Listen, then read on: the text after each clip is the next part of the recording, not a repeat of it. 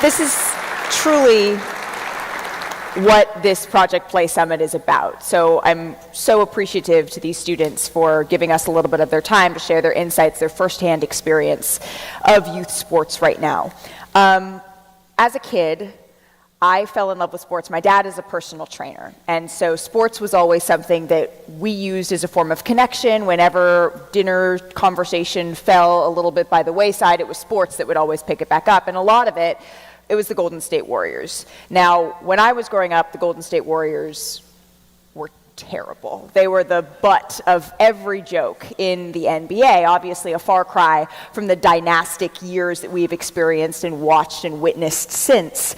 But I remember when the Golden State Warriors, when Joe Lacob, and my dad has told this story, so it's fine that I share his secret with all of you. When Joe Lacob and the front office made the decision to trade away Monte Ellis, my father, sitting just a couple of rows up, because the seats back then weren't quite as expensive as they are today, loudly booed him for making that decision. Loudly booed him. Who the heck is this kid Steph Curry? What?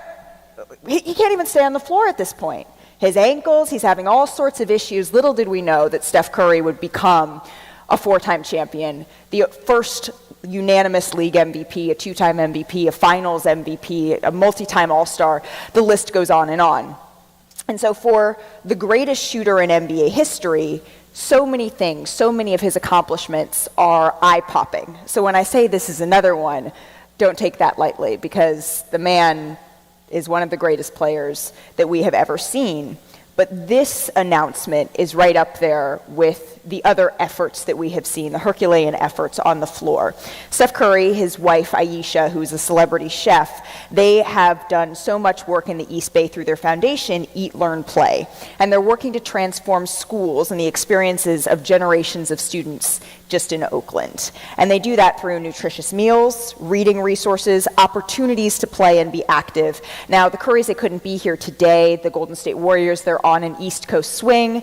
Tomorrow, they're in Miami, maybe a little Jimmy Butler revenge game, who knows. But I was able to sit down with Steph, with Ayesha, and talk about their efforts. Take a listen.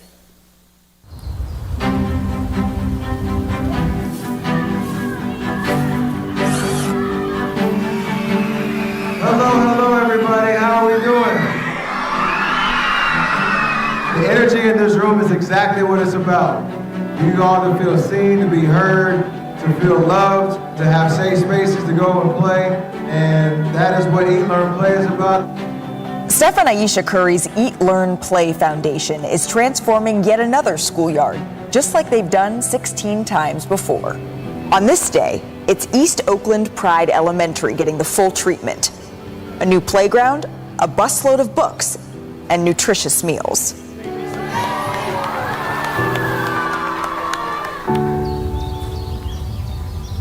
You've been working to transform schools at Oakland through play, through food, through your education and learning. Why was it something that was so important to you?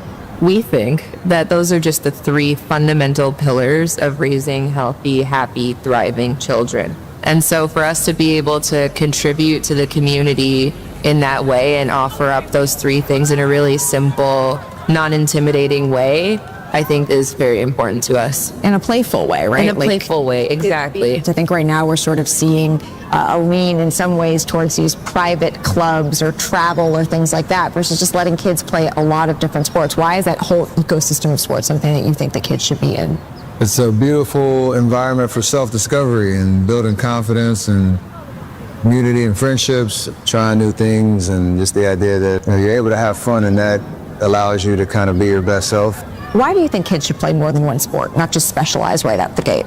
I'm biased just because that was my experience growing up. Diversification of, developing those skill sets, and you meet new people who are, in these different environments as well. So it's just a matter for me, I know burnout's a real thing as well. I just like to keep it as fun as possible for as long as you can until it becomes the kid is being able to decide, hey, this is something I want to do. Thanks for helping out. You're helping a lot of cool kids. Why is it important for parents not to push their kids to specialize from a parent perspective?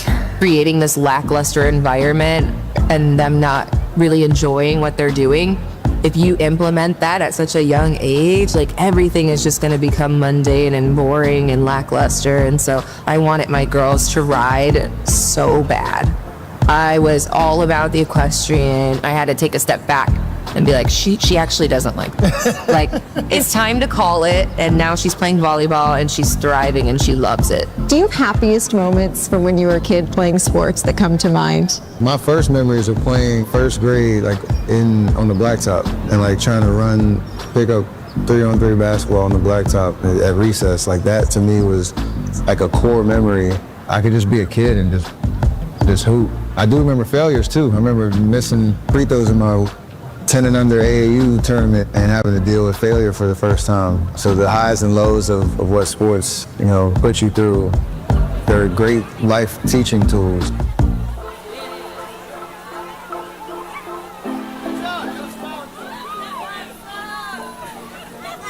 Pretty awesome work there from the Currys. Yeah, absolutely.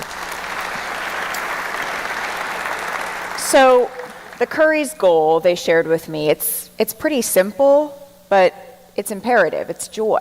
It's tapping into joy in sports. So imagine my joy. I thought about like kicking my heels up, but I don't actually think I can do that. To learn that my employer would be teaming up with Steph and my teammates to launch a major campaign that's aimed towards getting more children playing sports across the country. That campaign, it launches today right here at the Project Play Summit. And to talk about it, I'd like to bring up a couple of my ESPN teammates, along with the CEO of Currys Foundation, who, on behalf of the Currys, has his own incredibly exciting announcement to share here. So please join me in welcoming Chris Helfrich, Kevin Martinez, and Freddy Rolón.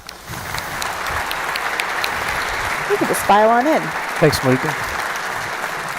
Gentlemen, what happened? I thought we talked about doing the conga up here together. I thought that's how we were going to enter on stage. It's good. The energy is high. I'm so excited to be here with all of you. Freddy, I love First news. off, Malika, I think I've lost a few pounds since that. But the hair looks just as good there and here. The Truly pinstripes excellent. are a little bit off too. Truly excellent. Abby has us covered. Accuracy matters. There you go. Accuracy matters, especially in news. I love breaking news, and I understand that you have some news to share with us today, Freddy. Yeah, so first of all, I'm so happy to be here on behalf of ESPN. I've been lucky enough to be at ESPN for 20 years. I can tell you we've been committed to participation in sports and kind of really getting behind it from a corporate outreach perspective for a long time. And today we're here to announce a new initiative that's called Take Back Sports. I think we have the logo to show as well, right? Yes, we do. So there you go. So you heard a little bit about what Steph Curry was talking about. I saw a stat as we were talking about just the strategy behind all of this. Only 37% of kids 6 to 12 are participating in organized sports.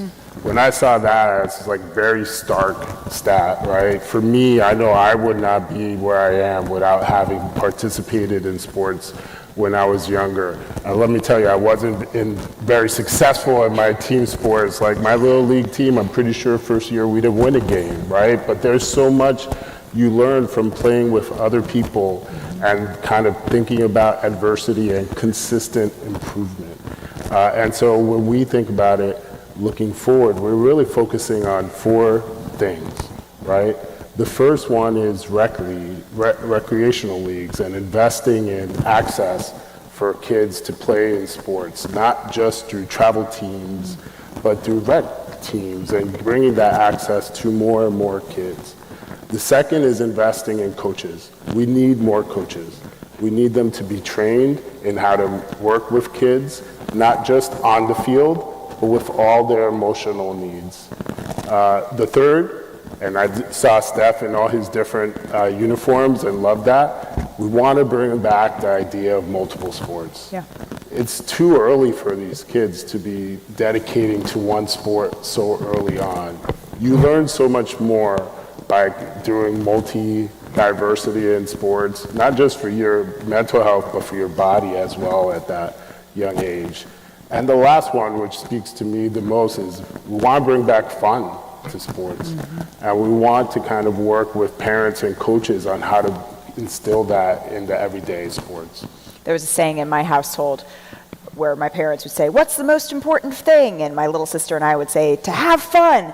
And then my dad would say, "But," and we'd say, "Winning's more fun than losing." And Absolutely. that was sort of the mantra through sports in my life. But I think that is so important. If Nikola Jokic didn't even pick up a basketball until he was 15 years old and now is a 3-time MVP, why can't joy be the thing that we lead with, particularly for kids in sports?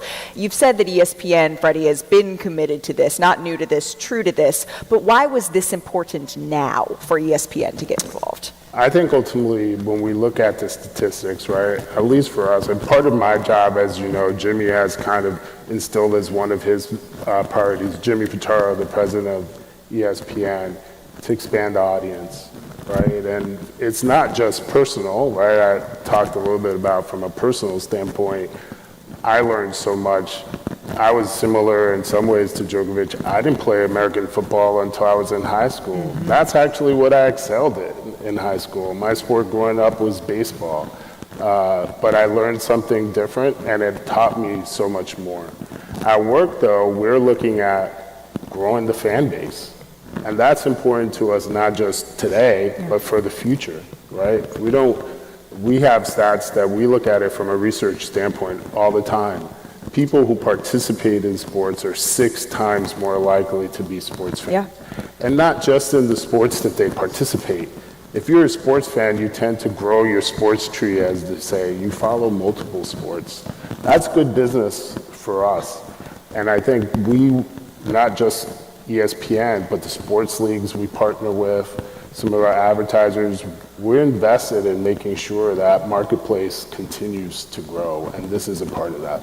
All of that sounds great, and it sounds big, and it sounds daunting, and maybe a little bit like, okay, what is the first step? How does this actually work? So, Kevin, can you tell us a little bit more about the plans to actually activate this initiative to take back sports? You bet. I think the most important thing for the work that corporate social responsibility does at ESPN is to make sure that it's good for business first, right? We have to be good stewards of the stockholder dollars of the Walt Disney Company. We need to make sure that we're looking at the sector, we're hearing what people want, not telling them what they want, and to really ascribe to a way to use our business in its unique way, use the Disney difference, use our abilities to be able to tell that story. And so for us, one of the most important elements is to make sure that our executives, we hear what the priorities of the company are, and expand the audience was where we talked about with Jimmy Pitaro about, we've been in the youth sports, giving area for quite a while, but for the last almost 18 months, we've been planning this program to make sure it fits in with the priorities of the company. And I know that sounds very wonkish, but my money is zero-based every year. I have to do what's right for the business. And if I do what's right for the business and my team is really good, we raise all boats and we do social impact. So we can do a 2-4 and maybe even a 3-4 by setting a standard of opportunity of convening and working together. So for that, Jimmy Pitaro, Tina Thornton, who's our CMO, Freddy, other senior leaders are helping us to be able to ascribe to our plan of action. The first area is philanthropy. We know that we need to be relevant in the market. We need to make, I always tell people what we have is ink by the barrel. For anybody that's a boomer or a little bit closer to that, you'll know what that means. We have the ability to storytell. We have earned media, right? That is our superpower, to help tell the story of the things that are happening that you are dealing with every single day. So that's our first thing, is to storytell, is to look at that element. The other is philanthropy. This is give where you can and make it exponential, but look at innovation and opportunity to allow us to be able to really establish a greater credibility. The other piece of it is making sure that we are really true to our word and we're ascribing to the fact that we are a media company and we're really evaluating what's happening in the market as it's happening and being relevant in the market as it's happening. So that's still part of that storytelling, but looking at the best practices that exist out there. So the first thing that we're going to do, and we have been doing and secretly, is that we have been investing in small pieces across the country in those 4 areas that Freddy mentioned. So we are about a month away from just finishing our last $5 million of investments into the market. And those are all categorized in those 4 areas, but to look for multipliers, to look with organizations that really are looking at sustained giving, collaborative giving, shared values, things that are going to have multipliers, because we alone can't do it. I think you all remember Don't Retire Kid, working with the Aspen Institute when Kobe, we did some really great work there. What we learned from that is that collaboration, working with you, works best when we get lots of people in the room talking about the shared values and really making it happen. So that's been a really valuable learning proposition for us. So that $5 million will be out the door probably about the end of this month, and to organizations across the country. And I think, the most important thing is, as we do this, we have to make sure that the storytelling comes with it. That's the business proposition. So I always tell people, it's just as hard for us to get on SportsCenter as it is for you. But we know people.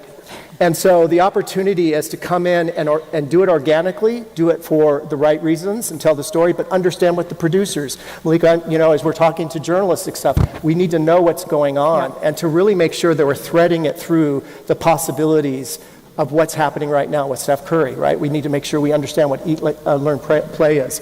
So that content engagement is really, really critical to our efforts. So my homework is cut out for me in that storytelling. I'm on it. I love it. I've got it. But you mentioned that the partners here, and that's really what's so important here too, Chris. You're here with Eat, Learn, Play, and Steph Curry.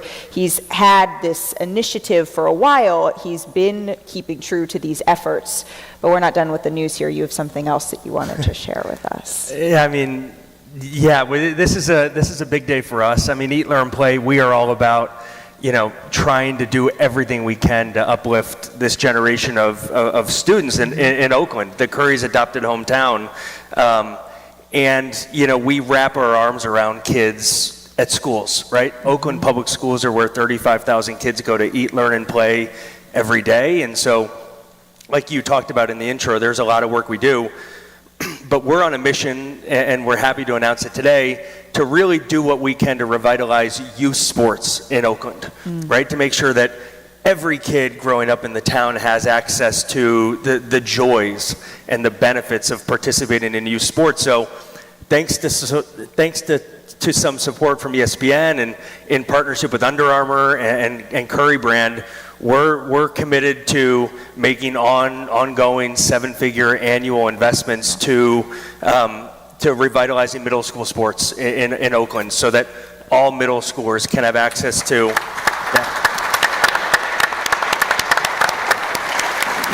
so that thousands of kids have access to high quality, no cost youth sports, the opportunities to participate in a number of different sports. And what that looks like is doing some capacity building support for Oakland Athletic League, which is the athletic department for Oakland Unified School District, as well as supporting community-based sports partners to come into the schools and help.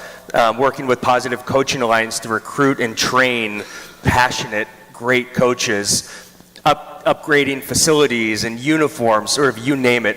We want to make sure that this experience of being a student athlete in Oakland is as great as possible. And so we're excited to be convening a number of partners to make this happen, because at Eat, Learn, Play, we're built on this belief that Oakland kids deserve the best. And so this initiative is another big step forward in making sure they get that. And I just love that Steph still has sort of one foot in Oakland, even as the team has moved to San Francisco. That's something that, to me, is incredibly important. But whenever I take, I get like 3 days off a year, and I spend one of them here, and the other 2 we take a little trip. And when we go, even when we travel internationally, the jerseys that I see still, they're Kobe Bryant, Michael Jordan, and Steph Curry. So to have Steph Curry, sort of a figure that's larger than sports in a lot of ways behind this initiative, what does that mean to ESPN and to moving this forward, Freddy? So enormous impact, not just for the reasons you mentioned. Obviously, he also has enormous social platform. There's kids following him everywhere. You saw in the video, he has a tremendous amount of passion for this topic, which makes all the difference, right? When someone's all in, the work is just easier. And I think the most impactful thing is the look of the kids' faces when they saw him, right? And so when you have that admiration, to me, the biggest piece of all of it, because we're hitting all of it, is like, Steph embodies fun. Yes, he's excellent from a basketball perspective, but you see him with his mouth guard kind of in and out. He's smiling throughout the game. No look sometimes, turning around. Like, he is having fun out there at the highest level of the game. And that is such an important thing to embody for our children. I think for us also, because we have in-house at ESPN a ton of ex-athletes, kind of embodies how athletes can actually engage here too. And we've been thinking about how we activate internally, and some of what we've been doing is also sharing with our staff how to be coaches, how to engage locally, how to kind of take what they know out to the community. So I think he can be a model not just for the children, but for all of us. Absolutely. This is the stack we got through. This is the stack we still have to go, but we're out of time because we are all incredibly short-winded up here. But this is such an important project. Thank you, gentlemen, so much for taking the time to share a little bit about this with us. I'm just going to give 24 seconds on the clock to each of you, parting words here. Chris, we'll start with you. Listen, this comes from Steph, right? This partnership with ESPN, we're so grateful. Steph wants every kid to be able to develop their character through sports. And so the opportunity to do this and partner with ESPN to have impact across the country as well as in Oakland means a lot to us. So thank you very much. Great. Well, I'm going to leave something behind, which is we're going to announce today that we're going to do what we call the Take Back Sports Innovation Challenge. And so you see a markup here that you can take a picture of and look and go to the site. We're going to give out 5 $10,000 grants. And the concept is to be innovative, to really establish credibility to this program. Wow. Help us tell the story uniquely and where the connection points have. So we have 30 days. We're not going to go really deep into grant making. We're going to go deep into innovation and thought leadership. We didn't want to interrupt his 24 seconds, but I think that deserves a round of applause. Gentlemen, thank you so much. If you see Freddy, Chris, Kevin out and about, we have so much more to get to, so much more that they can tell you about these initiatives. Gentlemen, I really appreciate you taking the time. Thank you so much. Well, Con, go off.